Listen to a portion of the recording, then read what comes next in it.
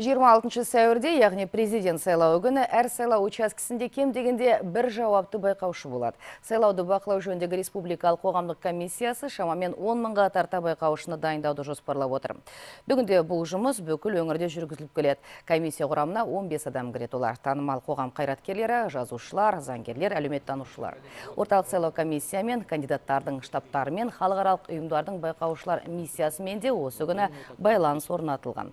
Комиссияның басты мақсаты қоғамдық байқаушылардың заң аясында жұмыс істеуін қамтамасыз ету. Белсенді азаматтарды өздеріміздің қоғамға қабылдадық.